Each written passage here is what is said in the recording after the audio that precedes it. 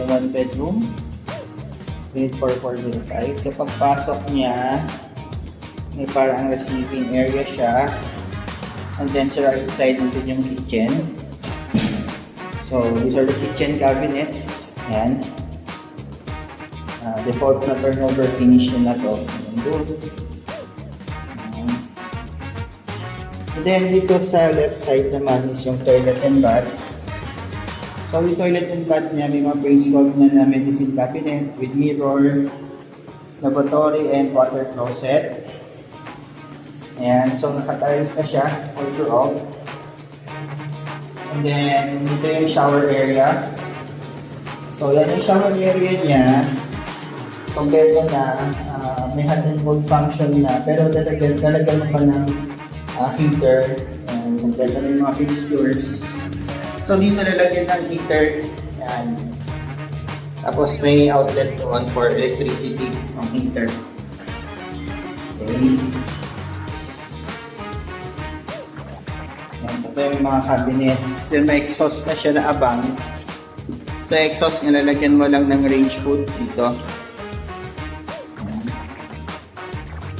So, ito yung default turnover finishes niya. Yan. And then, dito din sa baba.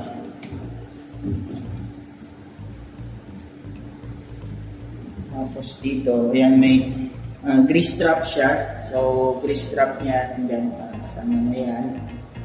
Pre-installed na yan, yung grease trap. And then, this is the provision naman for refrigerator. Ayan, dito nalagay yung ref. Okay.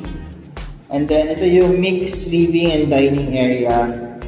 Tapos dito, sa left side, meron siyang provision for washing machine, no? So, outlet ng washing machine.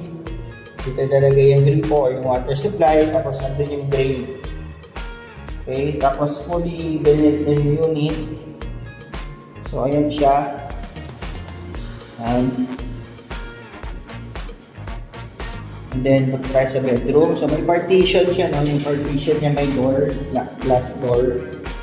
May glass door niya, hindi na siya sliding, so iba na yung function. Standard na door function siya. Tapos ito yung bedroom. Ayan, yung bedroom. Going to the balcony naman yun. Tapos dito sa bedroom, may abang na rin for the internet. Yan, I think pre-installed na rin dito. Free na yung internet dito. Tapos, dito naman yung aircon provision niya. So, this provision is 1.5 horsepower at least, no? Para maganda yung cool ng room o yung paglamig ng unit. So, punta tayo sa balcony. So, this is the balcony. Ayan, open balcony na siya.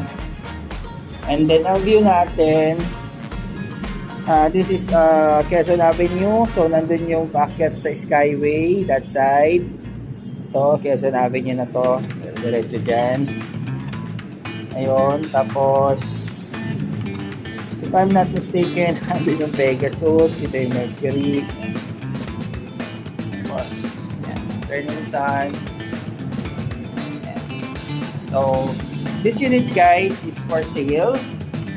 If you want to view this unit, message me or contact me on my contact number provided on the description.